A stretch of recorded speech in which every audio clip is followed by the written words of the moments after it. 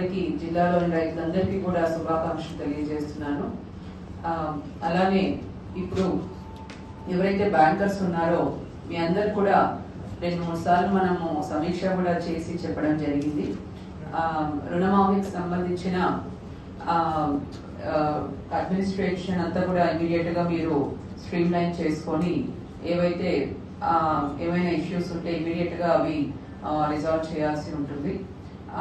వ్యవసాయ అధికారులు ఎవరైతే ఉన్నారో ఏవైనా చిన్న ఆధార్ నెంబర్ పొరపాట్ల వల్ల కానీ ఇతర పొరపాట్ల వల్ల కానీ ఏమైనా అకౌంట్స్ లో జమ చేయకపోతే మాత్రం అవి ఇమీడియట్ గా కూడా మీరు లిస్ట్ అవుట్ చేసి మా ద్వారా డిపార్ట్మెంట్ కి పంపించాల్సి ఉంటుంది. కాబట్టి బోత్ బ్యాంకర్స్ అలానే వ్యవసాయ అధికారులు పంట రుణమాఫీ ప్రతి రైతుకు కూడా అందే విధంగా చేసే విధంగా మీ అందరూ కూడా పని చేయాలి. సో దీంతో నేను సెలవు తీసుకుంటున్నాను.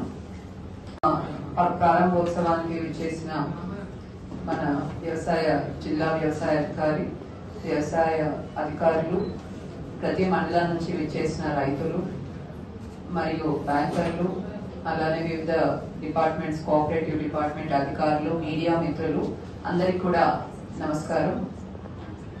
వ్యవసాయం లాభసాటిగా కొనసాగేలాగా అలానే రైతుల మీద పంట రుణ ఆర్థిక భారం తగ్గించే విధంగా తెలంగాణ రాష్ట్ర ప్రభుత్వం పంట రుణమాఫీ 2024 సంవత్సరం ప్రారంభించడం జరిగింది.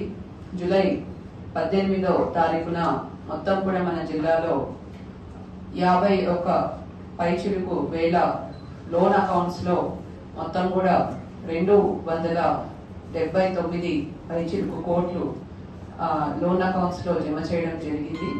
అలానే ఈరోజు 2వ విడత రుణమాఫీ కింద మొదటి విడత ₹1,00,000 వరకు కూడా రుణమాఫీ 2018 నుంచి డిసెంబర్ 2018 నుంచి డిసెంబర్ 2023 వరకు కూడా 1,00,000 వరకు మొదటి విడతలో పంట రుణమాఫీ అవ్వడం జరిగింది. ఇప్పుడు 2వ విడత కింద ₹1,00,001 నుంచి ₹1,50,000 వరకు కూడా పంట రుణమాఫీ ఈ రోజు 286,76,00,000 అమౌంట్ ఈ రోజు రైతుల యొక్క లోన్ అకౌంట్స్ లో ఈ రోజు జమ అవడం ఈ రోజు జరుగుతుంది. సో మొత్తం కూడా 27,000 అకౌంట్స్ లో ఈ రోజు మనకు ఈ 2వ విడత పంట రుణమాఫీ అన్నది జమ చేయడం జరుగుతుంది.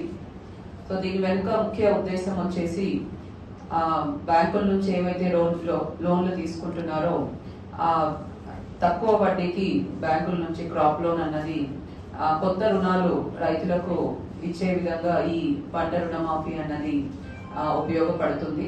అలానే బయట అధిక ధరలకు అధిక వడ్డీకి రుణాలు తీసుకోకుండా బ్యాంకులలోనే తక్కువ వడ్డీకి రుణాలు తీసుకునే విధంగా రైతుల మీద ఆర్థిక భారం తగ్గించే విధంగా చేయడానికి ఈ పంట రుణమాఫీ అన్నది ఉపయోగపడుతుంది.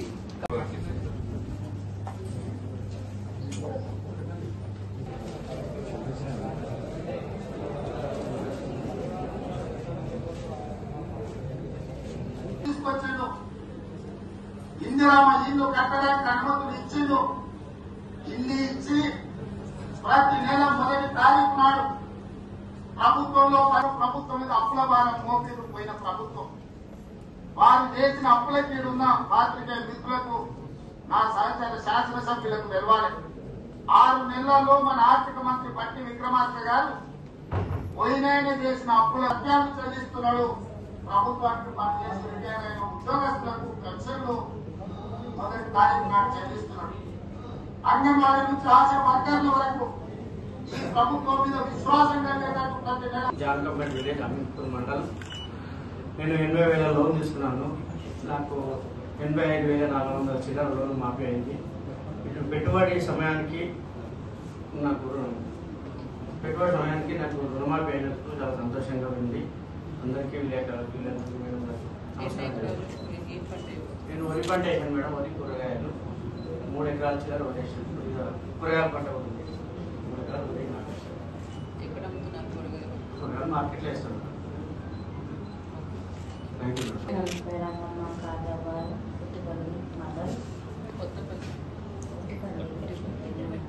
కొద్దిపల్లి మండల్ ఖాద్రాబాద్. నా పేరు రంగమ్మ.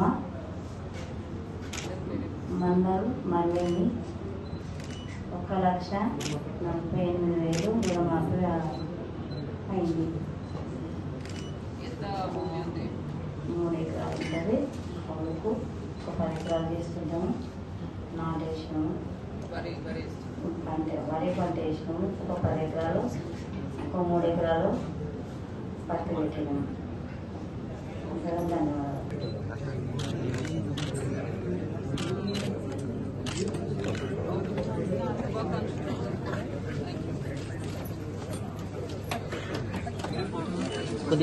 కొద్దిగా వెనకపోదామన్నా.